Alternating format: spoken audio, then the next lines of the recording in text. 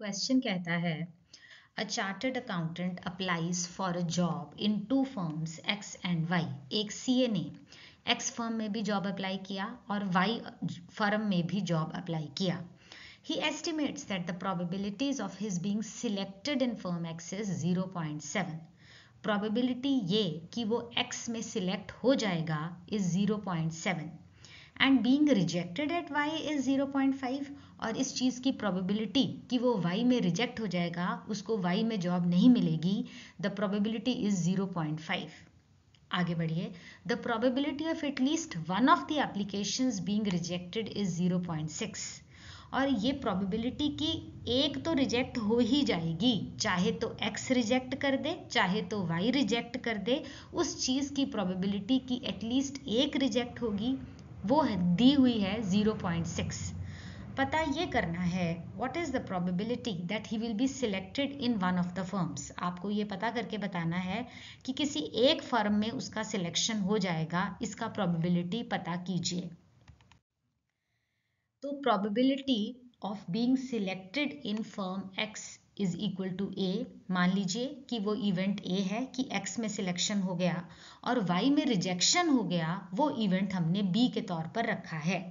अब क्वेश्चन में दिया हुआ है कि प्रोबेबिलिटी की ए इवेंट हो जाए यानी कि एक्स में सिलेक्शन हो जाए, वो है 0.7 और प्रोबेबिलिटी ऑफ बी इवेंट का ना होना, इसका मतलब वाई फर्म में रिजेक्ट होना, प्रोबेबिलिटी ऑफ बी बार मतलब बी इवेंट का ना होना इज 0.5, ये भी प्रश्न में दिया हुआ है। और प्रोबेबिलिटी ऑफ कि ना ए हो ना बी हो, ना एक्स में सिलेक्शन हो ना बी में सिलेक्शन हो, इसकी प्रोबेबिलिटी है 0.6। अब प्रोबेबिलिटी ऑफ बी का ना होना दी हुई है और हमें पता करनी है प्रोबेबिलिटी ऑफ इवेंट बी। क्या प्रोबेबिलिटी है कि उसका वाई में सिलेक्शन हो जाएगा? This is equal to 1 minus probability of B bar. एक इवेंट के होने की probability is equal to 1 minus non occurrence of that event. Probability of B is equal to 1 minus probability of B का ना होना। B का ना होना है 0.5, तो प्रोबेबिलिटी ऑफ बी क्या रहेगी? 1 माइनस 0.5 इज इक्वल टू 0.5। तो वो इवेंट की y में भी सिलेक्शन हो जाएगा, प्रोबेबिलिटी है 0.5। अब probability of a intersection b dash is equal to 1 minus probability of a intersection b। ये उसी टर्म पे है कि किसी इवेंट का non occurrence is equal to 1 minus probability of occurrence of that event. इस इक्वेशन में अकरेंस क्या है? a intersection b। इसको हम ऐसे भी कर सकते हैं, probability of A union B dash is equal to 1 minus probability of A intersection B. अब ना ए में हो ना बी में हो, ये दिया हुआ है 0.6, therefore 0.6 is equal to 1 minus probability of A intersection B.